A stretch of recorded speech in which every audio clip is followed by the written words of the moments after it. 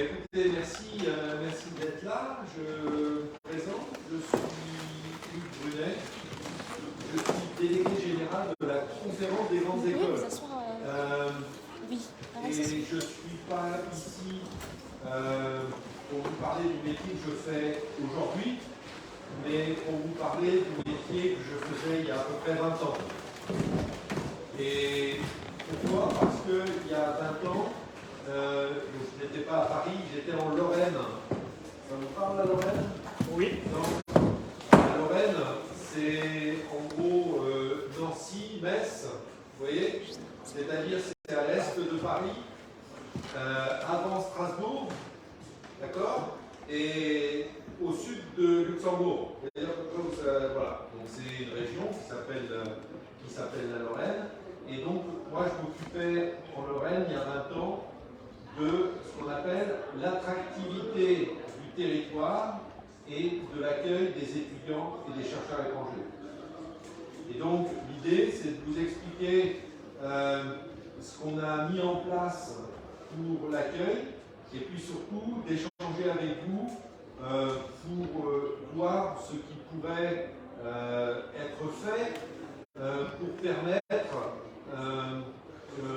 un meilleur accueil, même si vous allez voir que toutes les choses existent aujourd'hui, mais souvent elles ne sont pas tenues par vous, alors qu'il y a toutes les réponses qui existent là où vous étudiez. D'accord?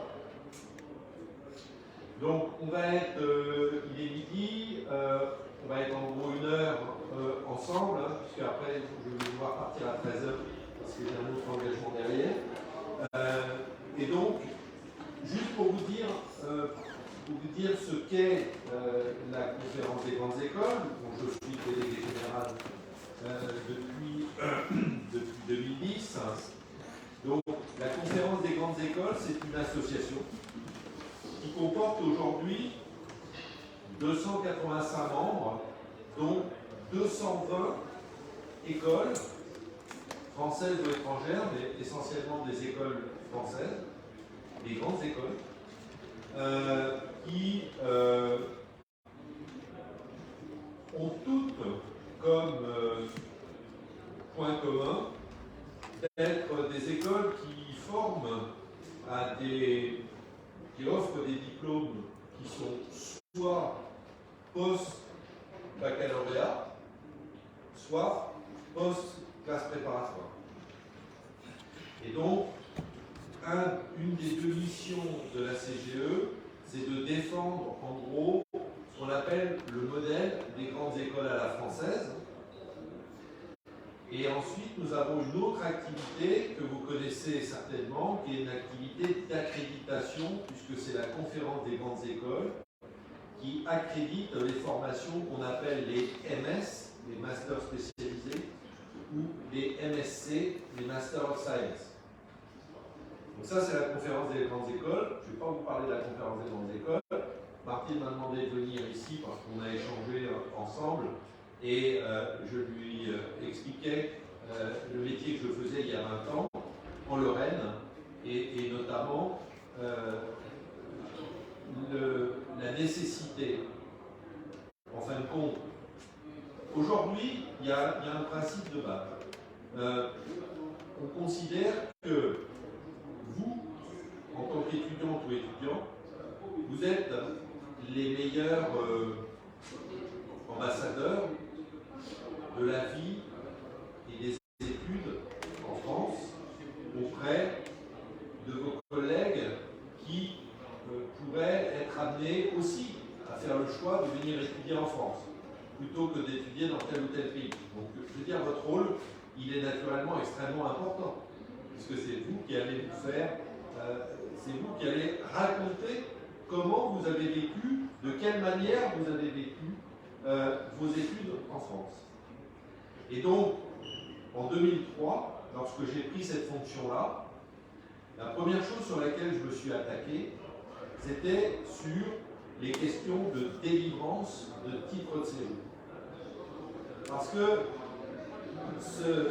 la manière dont se déroulait la délivrance des titres de séjour, pour moi, il y avait 2 problèmes. Le premier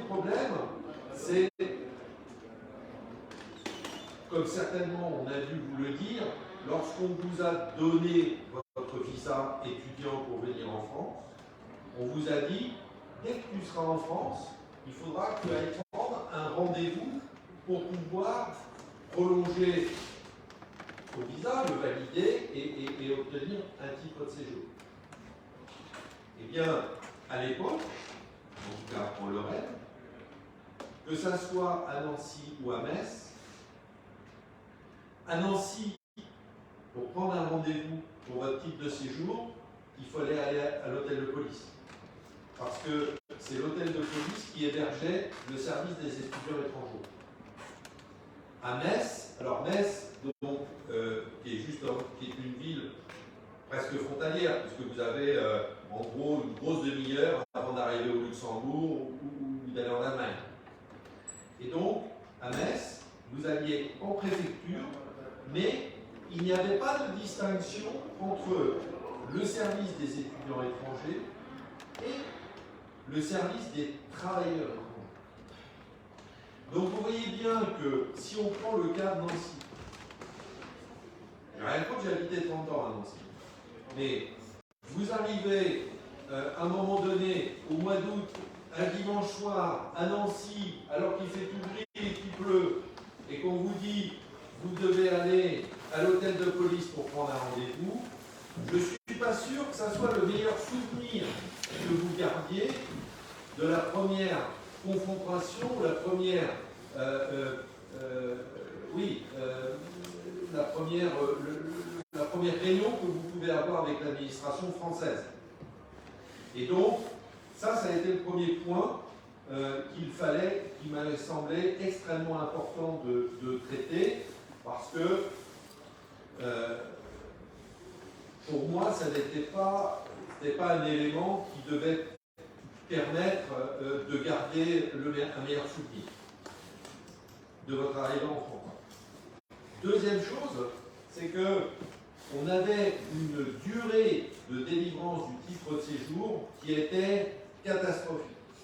C'est-à-dire que moi j'ai connu au début des étudiants qui venaient une année en France, avaient un visa étudiant, et ils repartaient au bout d'années d'études, ils repartaient sans avoir eu leur titre de séjour ou même sans avoir eu leur récépissé.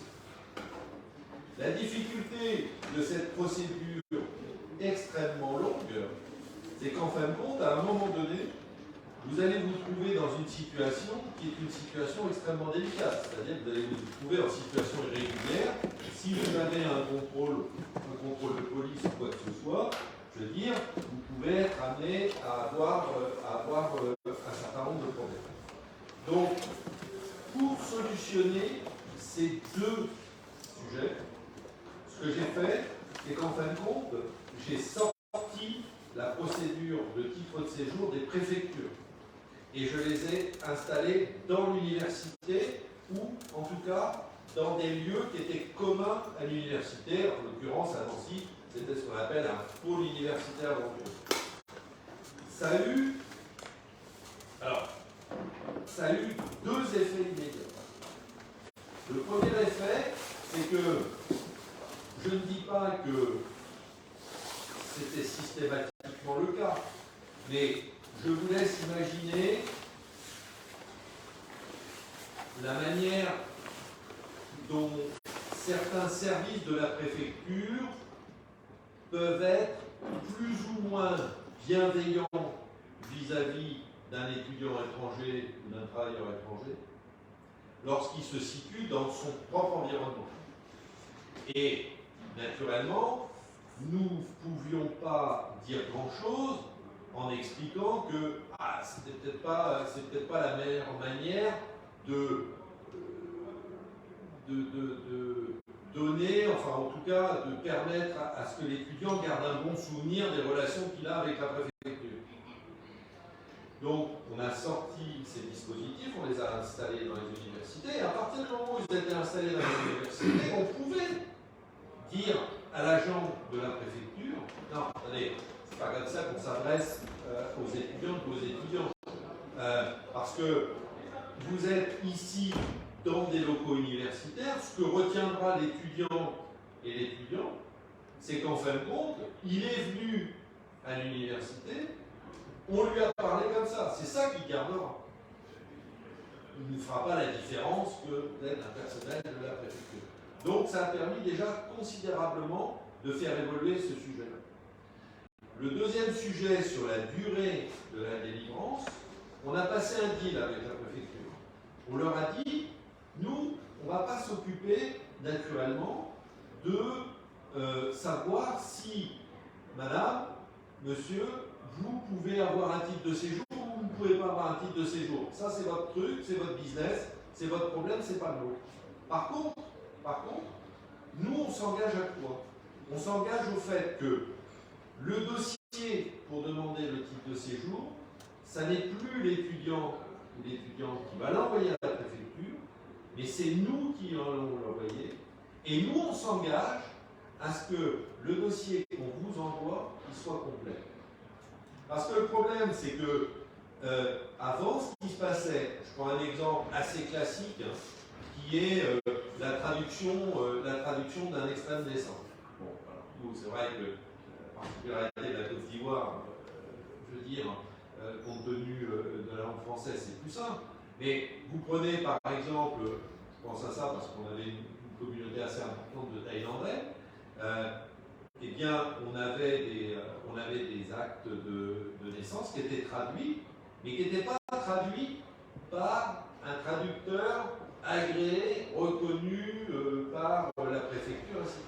Donc, résultat des courses, le dossier était rejeté parce que, en fin de compte, la traduction de l'acte de naissance, il ne respectait pas un certain nombre de règles.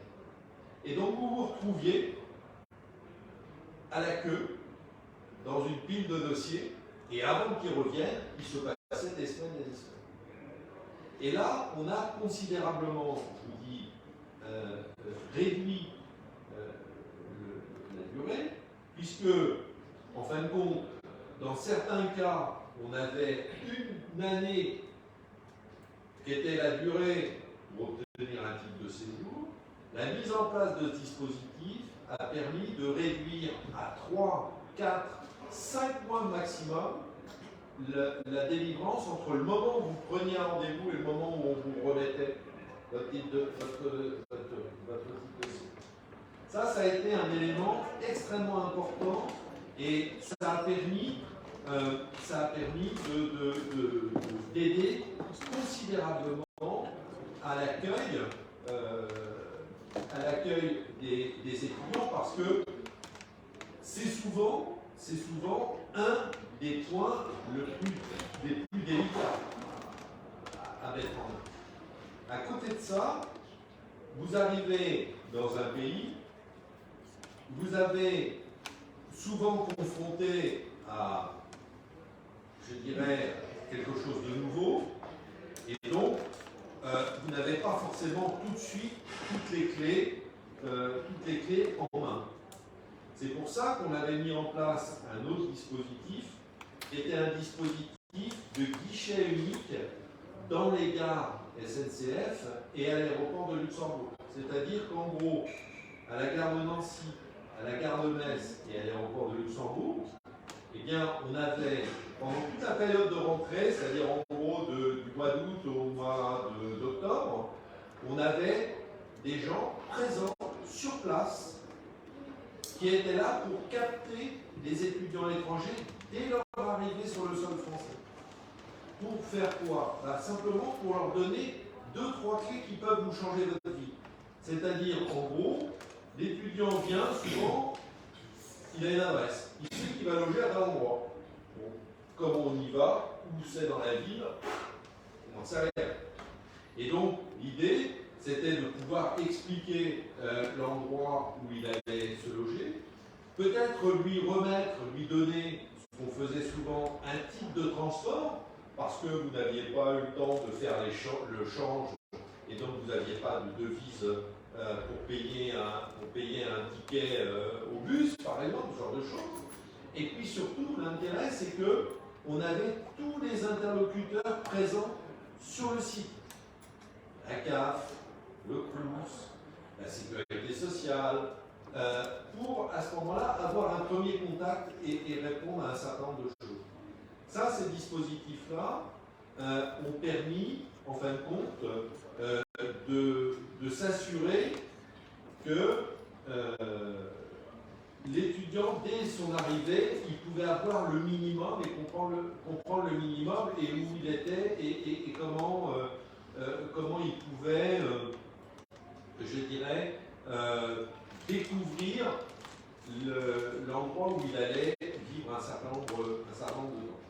Je m'aperçois qu'aujourd'hui, 20 ans après, quasiment, tous les sites universitaires ont tous ce système. Ce système existe. Mais il y a une grosse différence entre la province et Paris. Vous allez voir, on va en faire la démonstration tous ensemble. Vous étudiez où? Vous êtes où? Vous êtes en règle générale donc de Paris ou de province? Il y a les deux?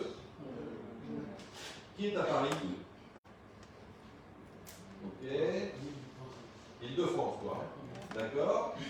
Et en province, vous êtes de quel endroit? De Pau, ok. Reims? Ouais. Besançon. D'accord. Orléans. Alors, on va prendre un premier cas. On va prendre le cas de Paris et d'Île-de-France. Est-ce que vous saviez que vous connaissez la Cité universitaire internationale de Paris? Ouais. Bon, c'est déjà une bonne chose. Est-ce que vous savez que tous les ans, au moment de la rentrée, vous avez un représentant de tous les interlocuteurs qu'à un moment ou un autre, vous allez rencontrer? La CAF, parce que vous avez une aide au logement, la sécurité sociale, la préfecture pour le titre de séjour, et ainsi de suite. Est-ce que vous savez qu'à cet endroit-là, il y a un guichet unique tous les ans, qui est installé et qui vous permet instantanément d'avoir un échange, un rendez-vous avec tous ces interlocuteurs? D'accord? Non mais, soyez rassurés, c'est bien là le problème. Ensuite, si on prend par exemple en province, c'est plus simple. Pourquoi? Parce que en province, comment je peux vous dire, l'ensemble des acteurs qui font les conditions d'accueil, je veux dire, travaillent plus facilement entre elles. Les villes, les départements, les régions, les universités, tout ça, ça travaille ensemble pour mettre en place des dispositifs.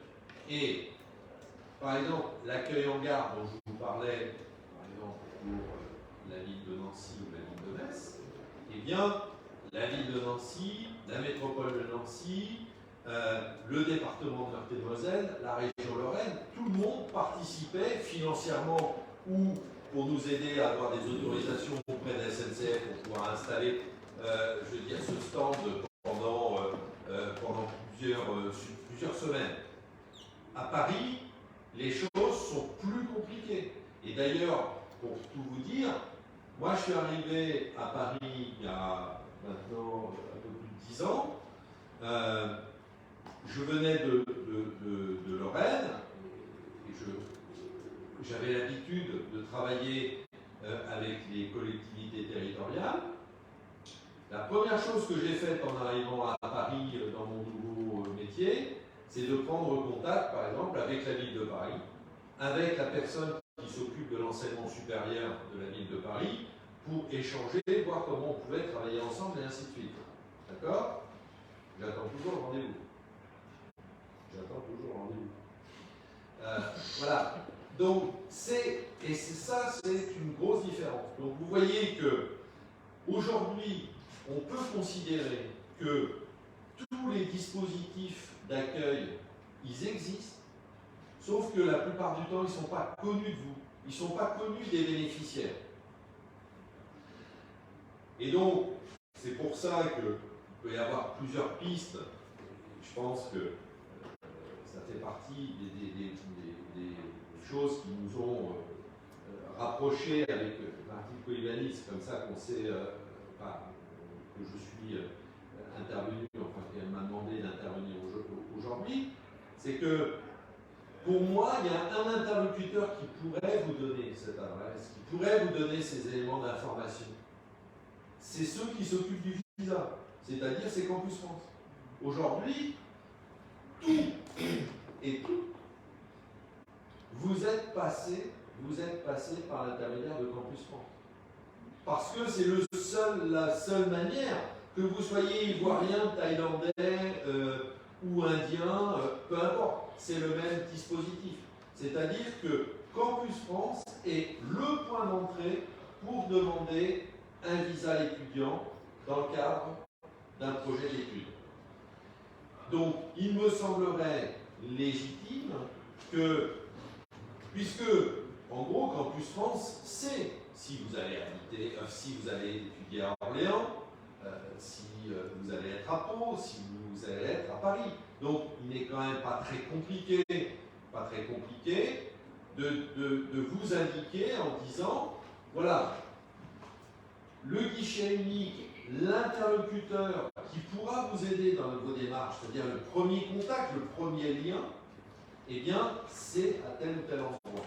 Ça, c'est déjà un premier élément. C'est-à-dire qu'aujourd'hui, on s'aperçoit que les dispositifs existent, ils ont été mis en place, ça ne pose pas de problème, sauf qu'aujourd'hui, ils ne sont pas connus. Ça, c'est déjà une première difficulté. La deuxième difficulté, moi, je crois beaucoup. Alors, là, on le fait dans d'autres métiers. Vous savez qu'aujourd'hui, il y a une grosse difficulté où on n'a pas assez de femmes dans des métiers numériques. Et c'est un vrai problème. C'est un vrai problème d'avoir un manque de femmes. Je vais vous prendre un exemple. Vous savez qu'aujourd'hui, les crash tests qu'on fait en voiture, tous les mannequins, ce sont des mannequins masculins. Ce ne sont pas des mannequins avec des résistances qui sont des résistances liées aux femmes. Et ça, c'est un vrai problème, parce qu'en cas d'accident, vous voyez bien que l'impact n'est pas du tout le même en fonction du fait si vous êtes un homme ou si vous êtes une femme.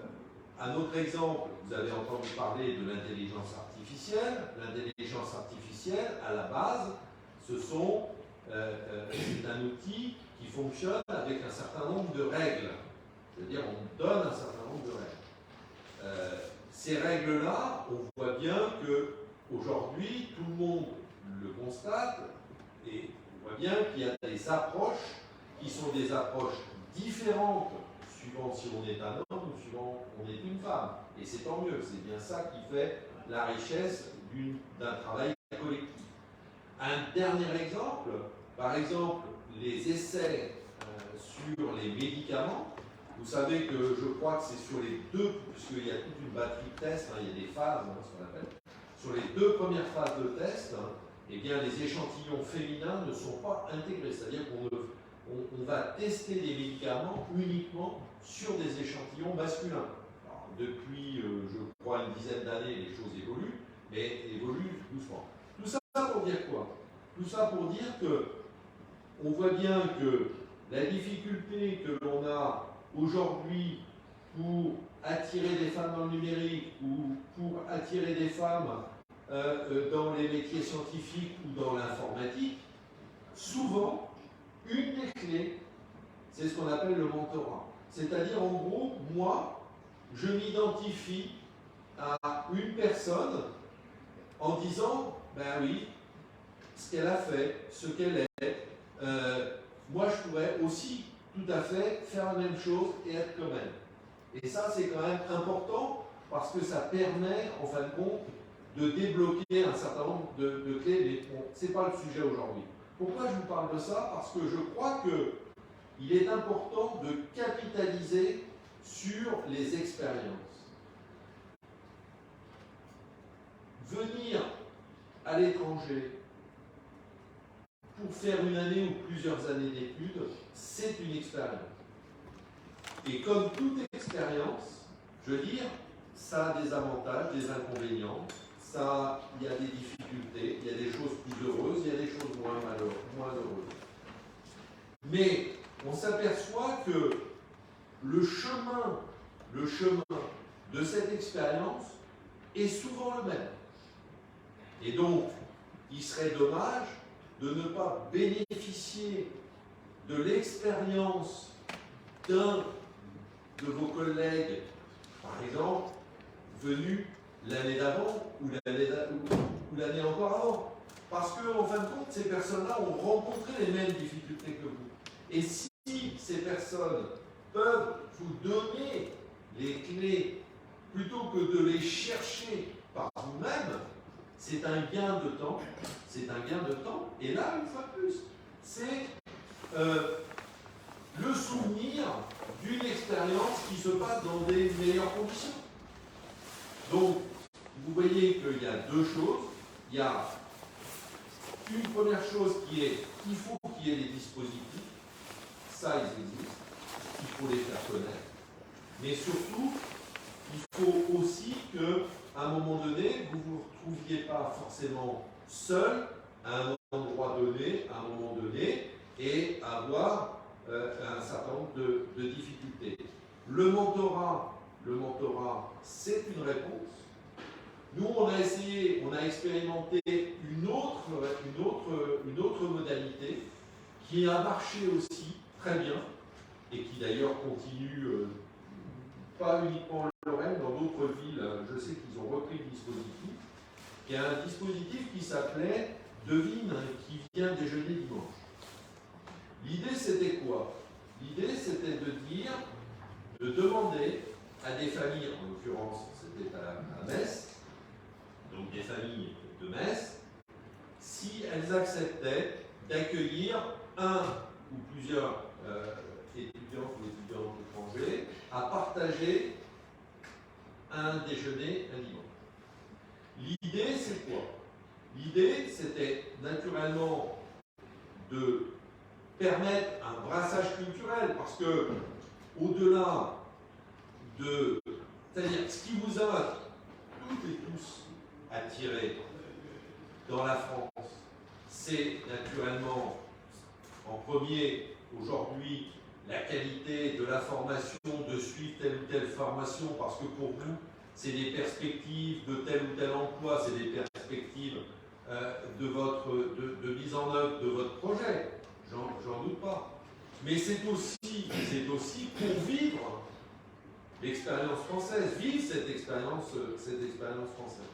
Donc on voit bien que c'est aussi une manière de pouvoir être confronté à une culture et vivre cette expérience de façon plus intense.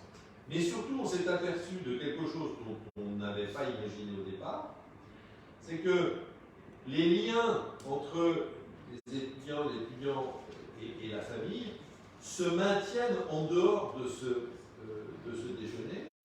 Et quand l'étudiante ou l'étudiant rencontre des problèmes ou a besoin de réponses par rapport à telle question, il sollicite la famille d'accueil qu'il y a eu. Donc on voit que là aussi, c'est un moyen de faire en sorte que l'étudiant soit vraiment inséré dans la cité et qu'il puisse avoir des relations. Et c'est aussi important pour la ville qu'il y ait ce type d'initiative. Pourquoi? Parce que il ne faut pas que l'étudiant soit uniquement perçu comme celui qui fait du bruit le soir, à des fêtes, des choses comme ça. Mais c'est aussi l'étudiant qui permet d'apporter une dynamique dans la ville, un pouvoir d'achat, parce que vous représentez un pouvoir d'achat. Hein, je veux dire, il faut bien vous loger, vous nourrir.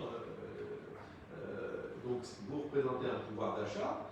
Donc, c'est cet élément de dynamisme qui est aussi extrêmement important.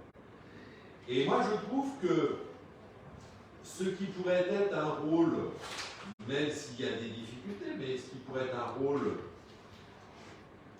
de votre poste diplomatique, de votre service des étudiants étrangers, c'est justement de faire en sorte de constituer des binômes entre un ancien ou une ancienne et un nouvel arrivant.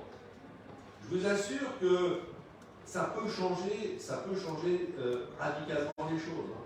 Que de savoir qu'on a un interlocuteur, qu'on va pouvoir lui poser des questions, même avant de poser le pied sur le sol français, de dire voilà, moi je vais étudier à Orléans, et bien simplement qu'on puisse dire, eh bien à Orléans, il y a madame qui est là, monsieur, et un tel, et un tel, et un tel.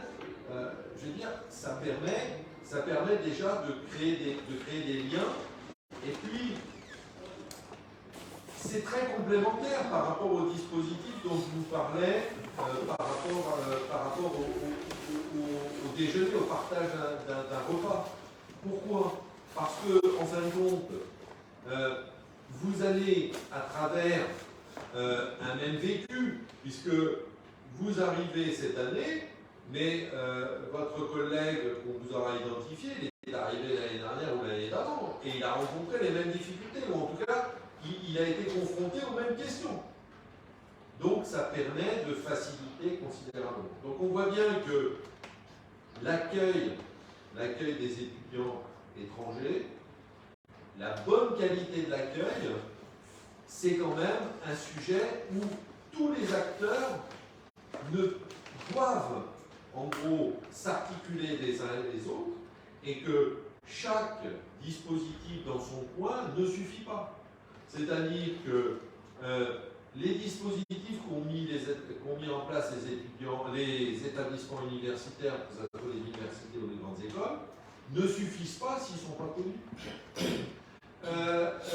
Ensuite, tout ce qui est les associations culturelles ou les associations qu'il peut y avoir, ça ne suffit pas s'ils ne sont pas connus. Donc on voit bien que tout le monde doit à un moment donné se faire connaître. Et l'exemple que je prenais tout à l'heure par rapport à la cité universitaire internationale, je la posais mais je connaissais la réponse. Parce que c'est un vrai problème. Parce que c'est un vrai problème que vous ne sachiez pas, avant de poser le pied sur le territoire français, que si vous avez la moindre question, ou à l'occasion de la rentrée, vous allez à tel endroit, et à tel endroit, vous allez trouver tous les interlocuteurs qui vont être vos interlocuteurs de la vie quotidienne. Je vous l'ai dit, la CAP, la Sécu, le CRUS, tous ces gens-là. Voilà. C'est ça qui est important, c'est de pouvoir mettre en relation les différents interlocuteurs. Et tout ça, c'est un intérêt, tout le monde a intérêt à ça. Tout le monde a intérêt. Les établissements universitaires, parce que, je veux dire, c'est une manière de valoriser l'importance que représente l'accueil des étudiants étrangers, et ce n'est pas uniquement qu'une affaire économique, il y a bien d'autres choses derrière, mais c'est aussi, pour le territoire, s'assurer que l'image que vous allez conserver de votre pays d'accueil temporaire pendant les études est une image positive, et que cette image positive, vous allez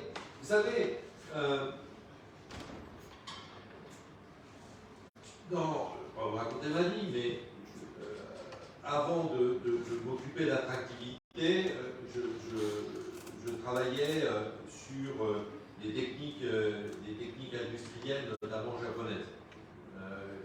Et notamment, une grande partie de tout cela tourne autour de questions de gestion de la qualité. Et vous savez certainement qu'aujourd'hui, un client satisfait, entre guillemets, contamine 3 personnes. Un client insatisfait, contamine 7 personnes. C'est une réalité.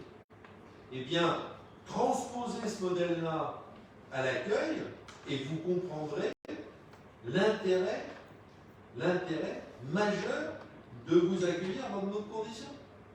Si on reproduit les mêmes ratios, vous allez, à travers votre expérience d'accueil, vous allez en parler en termes positifs.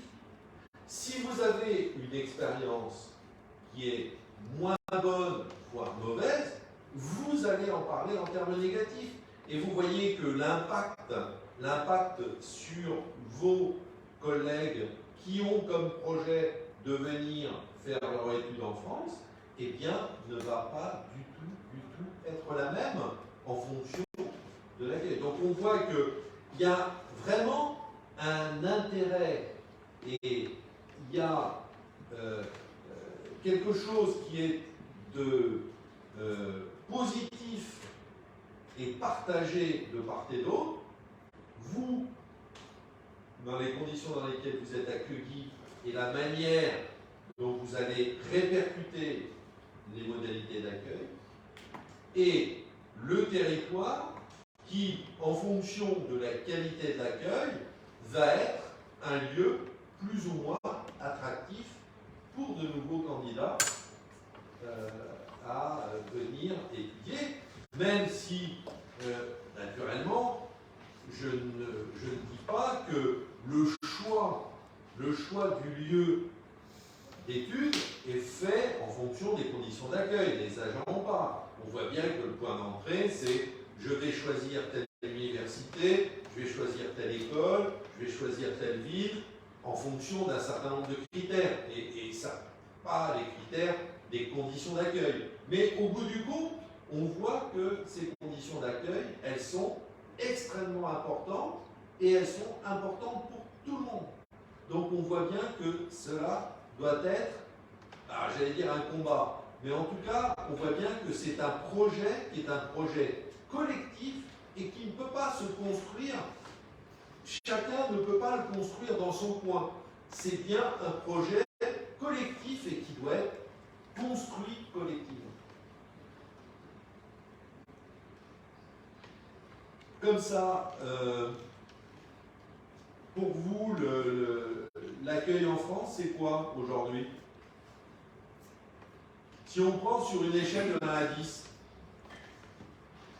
voilà, sans rentrer dans les détails, premier truc qui vous vient spontanément, c'est plutôt en dessous de 5 ou au-dessus de 5? Non, très franchement. Hein. En dessous? Oui. En dessous de 5, surtout en Île-de-France. Ouais. Moi, je dirais c'était de bonne qualité parce que quand je suis arrivé en France, effectivement, tout ce que vous dites, j'ai pu bénéficier en fait de cela parce que j'ai été en fait à Nancy et là, la carte en fait est passée en fait dans toutes les cités universitaires pour. Vous étiez à Nancy? Oui, j'ai fait ma première année d'études en fait à Nancy. Donc vous êtes allé au cours Léopold, au guichet unique? Non, non. J'ai fait le titre de séjour au cours Léopold. Par contre, la carte, en fait, ils sont venus en fait, dans la cité. Ah, d'accord. Du coup, il y avait un accueil tout autour. La seule expérience négative que je retiens de Nancy, c'est le foie. Sinon, à part ça, c'était super. Par contre, je suis venu récemment à Orléans, c'était vraiment dur. Alors, je pense que vos deux expériences, c'est vraiment malheureusement la réalité des choses. C'est-à-dire que moi je l'ai vécu, je vous l'ai dit, il n'y a pas de similitude, il n'y a pas d'équipe, il n'y a pas d'égalité, voilà, je cherche le terme. Il n'y a pas d'égalité entre l'Île-de-France, Paris, l'Île-de-France et la province. En gros, la grosse différence, c'est que quand vous êtes en province, souvent, c'est la ville, la région, enfin, c'est un territoire qui est un territoire assez large où tous les acteurs se lient les uns les autres pour pouvoir participer à des dispositifs. En Île-de-France, en gros, le site, enfin le lieu d'influence, je dirais, c'est souvent l'établissement dans lequel vous êtes, et rarement au-delà de votre établissement. Donc, si vous avez au sein de l'établissement les dispositifs d'accueil qui vont bien, ça se passe bien. Si, par contre, et vous m'arrêtez si je me trompe, hein, et si vous n'avez pas dans l'établissement les services qui vont bien, eh ben ça peut très vite devenir galère parce que vous vous retrouvez seul au milieu de nulle part à devoir trouver les bons interlocuteurs pour répondre à vos bonnes questions.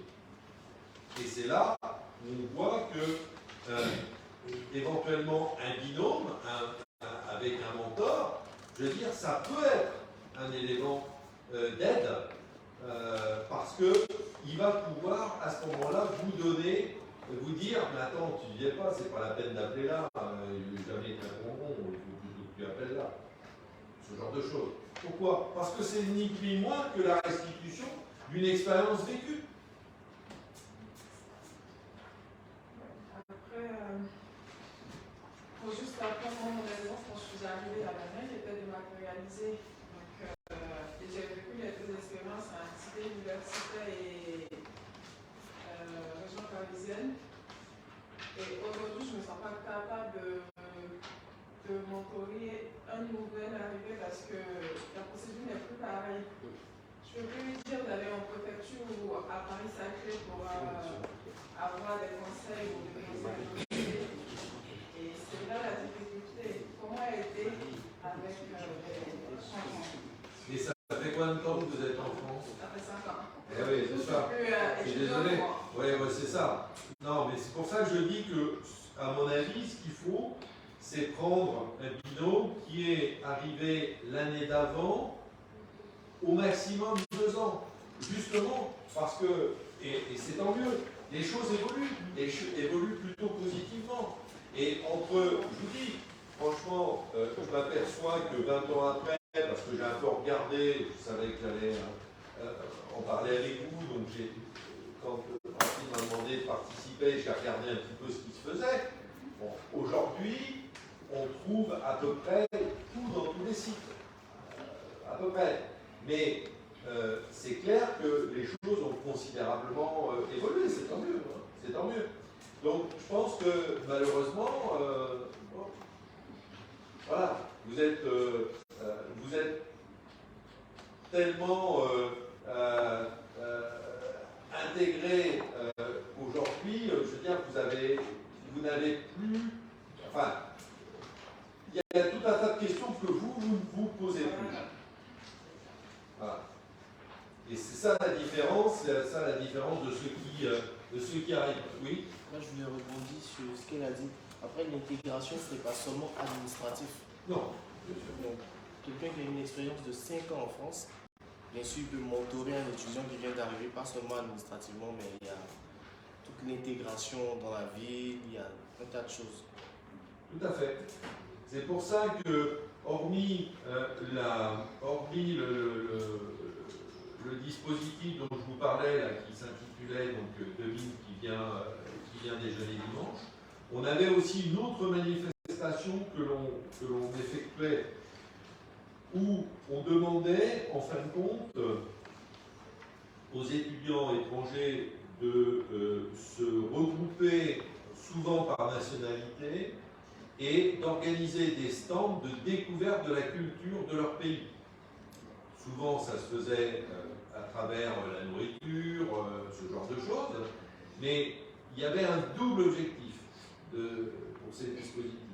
Le premier objectif, c'est, comme vous l'avez dit très justement, c'était un moyen d'insérer les étudiants dans la cité en montrant, en affichant leur propre culture. Ça, c'est un premier point extrêmement important. Mais le deuxième point important, c'est que c'était une manière de rassembler les acteurs d'une même communauté sur un événement particulier. Et on s'est aperçu souvent qu'il y avait des étudiants d'un pays, par exemple, qui étudiaient dans la même ville, mais qui ne se connaissaient pas. Et donc, cet événement permettait, à un moment donné, de pouvoir les réunir. Et du coup, de pouvoir avoir cette entraide possible entre des plus anciens et des nouveaux arrivants. Parce que généralement, tous nos dispositifs, on les faisait, comme je vous ai dit, on commençait par le guichet unique en gare, ça se faisait généralement mi-août ou fin août. Et les derniers dispositifs, on les faisait au mois de janvier, puisque après, souvent, dans le cadre des formations, à partir du mois de février, il y a beaucoup moins de cours, des stages, et donc du coup, vous êtes appelé à vous déplacer, vous n'êtes plus forcément sur le premier site. Donc c'est pour ça qu'on concentrait, tous les dispositifs d'accueil entre le mois d'août et le mois de janvier. Oui.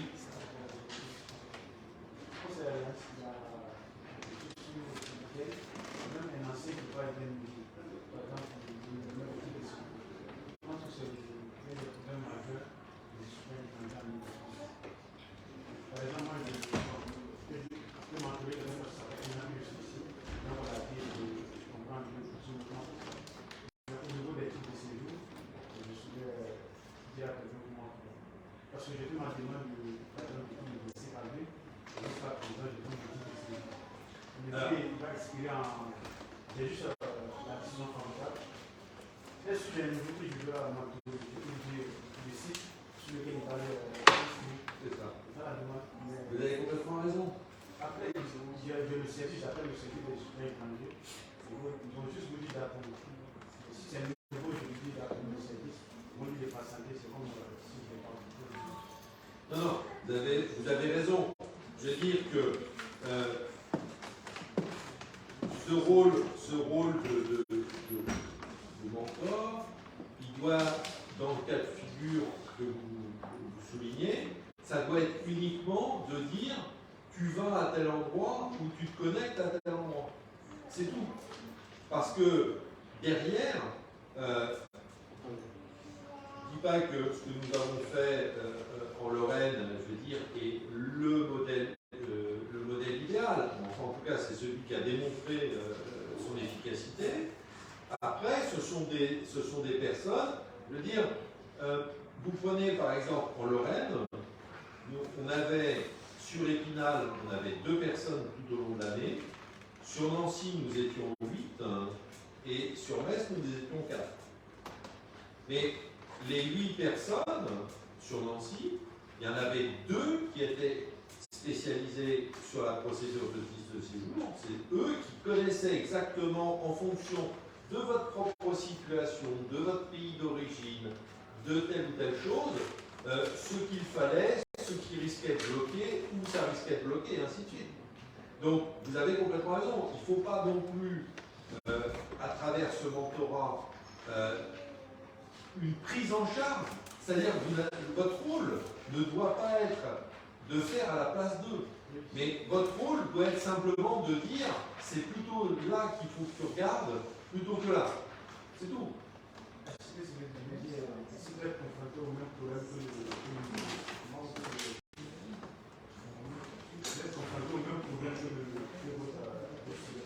Oui.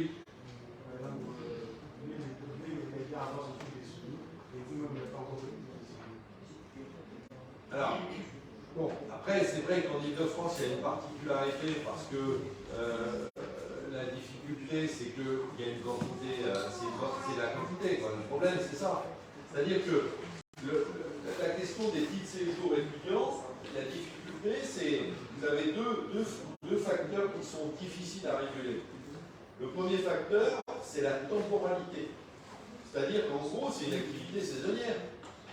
C'est-à-dire que vous avez une demande importante qui est en début d'année universitaire. Ça, c'est la première chose. Donc, vous avez un pic, et derrière, vous avez les moyens que vous pouvez aligner. Moi, je me rappelle très bien, quand ça date, mais je me rappelle très bien les discussions sans fin que l'on pouvait avoir avec la préfecture, parce qu'ils ne mettaient pas assez de moyens au début par rapport aux autres années, si vous voulez. Donc, d'ailleurs, ça a fini que nous avons recruté sur les financements de l'université des personnes qu'on a mis à disposition de la préfecture pour renforcer leurs moyens. Parce que si vous avez une activité saisonnière importante et que vous avez les mêmes moyens tout au long de l'année, c'est évident que votre procédure, elle va peiner au début, puisque vous avez plein de demandes. C'est extrêmement logique. Donc, c'est ça la difficulté qu'il y a notamment en Ile-de-France, c'est l'adéquation entre les moyens de traitement des dossiers en préfecture et le besoin qui est un besoin souvent concentré sur quelques mois, c'est-à-dire entre le mois d'août et le mois d'octobre. Oui, à peu près. À peu près pendant cette période-là que vous déposez votre dossier. Oui. En fait, je voulais le rejoindre dans son propos, c'est que aussi il y a cette difficulté de réunir les informations qui peuvent sembler être importantes pour les étudiants et étudiants qui arrivent. On a l'impression que les informations sont un peu disparates, voilà, alors que quand il y a un pôle central où l'étudiant arrive et qui a pratiquement les informations qui lui sont nécessaires pour son intégration ici, c'est beaucoup plus facile pour cette personne-là et puis de pouvoir naturellement apporter son autonomie à une personne qui vient d'arriver. Il y a autre chose qu'il a évoqué et dont je voulais effectivement appuyer, c'est la question du renouvellement. On nous demande par exemple de faire des déclarations de non-revenus. Mais jamais on nous dit à l'arrivée tout ça, et c'est peut-être de bouche à oreille qu'on va dire, mais il faut que tu fasses ça pour le nom de ton titre de séjour. Mais jamais on nous le dira. C'est là où le mentorat est important. Parce que justement, on vous dit ça alors que on ne va pas vous le dire entre guillemets de façon officielle. Et puis les questions d'officiels qui peut-être vont être des étudiants qui vont avoir des OQTF qui ne semblent pas être forcément justifiés, qui vont être dus par exemple au temps qui sera mis, que ce soit ici en Ile-de-France ou que ce soit en province, qui vont être des temps qui va être mis pour le traitement, et donc l'étudiant se retrouve dans une situation un peu illégale et qui doit faire appel à des avocats. Ça va engendrer encore des frais. Fait que les étudiants, c'est... Ah mais vous avez complètement raison. Moi, je me rappelle avoir été rechercher un certain nombre d'étudiants, notamment au poste de police de l'air et des frontières de Luxembourg, parce que ils avaient été le week-end au Luxembourg, alors que ils avaient qu'un visa étranger, mais qui n'était pas un qui n'était pas un visa Schengen, mais qui était uniquement France. Enfin bon, oui, vous avez raison. C'est vrai que derrière, tout ça ne sont pas des éléments qui donnent une image positive. Et donc du coup, il ne faut pas s'étonner que du coup, vous ne délivriez pas une vision, ou en tout cas vous fassiez un récit de votre expérience qui soit des plus positives. Oui. Moi, j'aimerais beaucoup rebondir sur ce qu'il a dit. Il a tellement raison, mais je veux dire aussi, on a le droit de renouvellement de type de séjour. Toutes les démarches administratives varient en fonction de la personne. Par exemple, moi,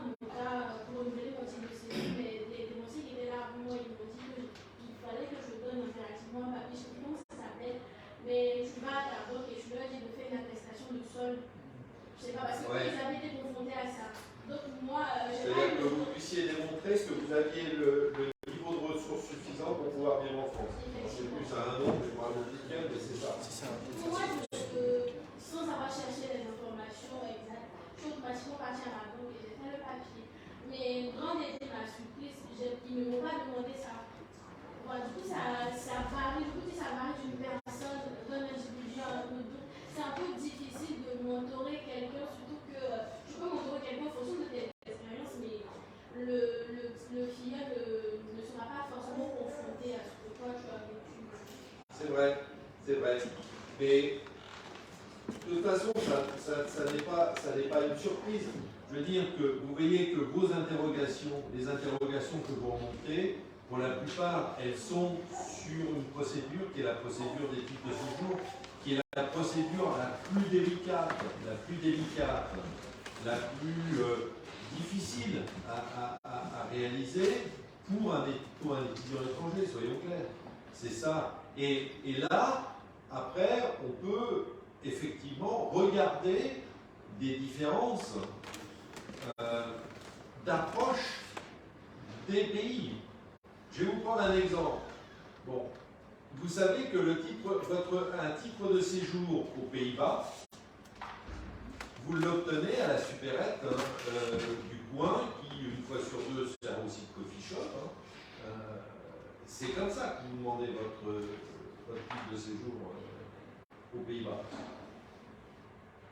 Donc vous voyez que, bon, il y a aussi la manière dont nous approchons, et je ne dis pas que c'est bien, c'est mal, j'en sais rien, c'est pas mon rôle, mais en tout cas, ce que je vois, c'est que on a, en France, par rapport à d'autres pays, les Pays-Bas, on a une procédure qui est quand même une procédure complexe, lourde et complexe. Et donc, ça n'a rien d'étonnant que dans un échange comme celui que nous pratiquons ce matin, les principales difficultés que vous relevez, ce sont des difficultés qui sont liées à cette procédure difficile et complexe. Et donc c'est pour ça qu'il faut absolument vous accompagner. Et comme je vous ai dit au début, c'est pour ça que le deal que nous avions passé avec les préfectures, c'est de dire, en fin de compte, l'étudiant, lorsqu'on envoie le dossier, ce n'est pas lui qui l'envoie, c'est nous qui l'envoyons parce que nous, on aura vérifié préalablement que toutes les pièces du dossier, elles sont là, elles sont conformes aux demandes, donc il n'y a pas de risque, enfin peu de risque, qu'une fois le dossier envoyé à la préfecture dise il n'est pas bon, hop, je le retourne, et du coup vous vous retrouvez à la queue, dans une file d'attente à la queue, et là votre procédure elle continue à s'allonger considérablement. Oui. Je vous remercie pour la présentation de la présentation. Avec plaisir. Alors, je peux intervenir et aussi m'inscrire, je dirais, un peu dans votre optique, mais aussi dans l'optique de mes confrères. Alors, je dirais que la question de la prise en charge des étudiants étrangers en général repose nécessairement sur une responsabilité qui est notre commune, aussi bien entre l'État d'origine, mais aussi l'État d'accueil. Par exemple, nous sommes ici aujourd'hui et je suppose que la plupart des personnes ici présentes sont des négociables et les autres étudiants qui n'ont pas ce privilège, mais en tout cas qui ne jouissent pas de ce régime de bourse, ne sont pas parmi nous. Voilà. Et donc, vous savez qu'il y a quand même une sorte de, je dirais, de discrimination ou de délaissement de ces personnes qui malheureusement aujourd'hui ne sont pas là ou qui n'ont pas l'information. Et donc je pense qu'avant même d'établir le système du mentorat, il faudrait d'abord une initiative de l'État, de la Côte d'Ivoire en particulier, qui doit déjà mettre en place les moyens de sensibilisation des jeunes qui décident de venir en France pour les études et mettre en place des partenariats effectivement, mais aussi former les services publics de l'État d'accueil afin que les agents du service public puissent à leur tour accueillir la jeunesse ivoirienne ou la jeunesse en général et faciliter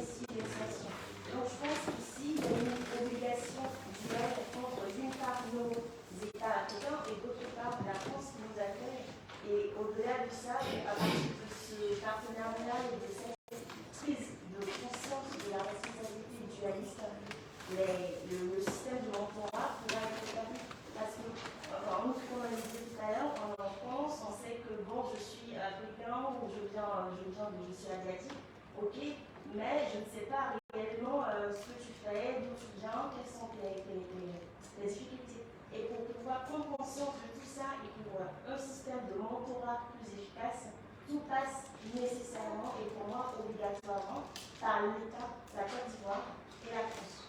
Pour moi, c'est vraiment ça la base. Et sans cette relation et sans cette organisation de la structure, du système politique et tout ça, le système de mentorat sera ambigu et les jeunes de plus en plus seront confrontés à des réalités. Moi, je suis là, ça fait bientôt 5 ans.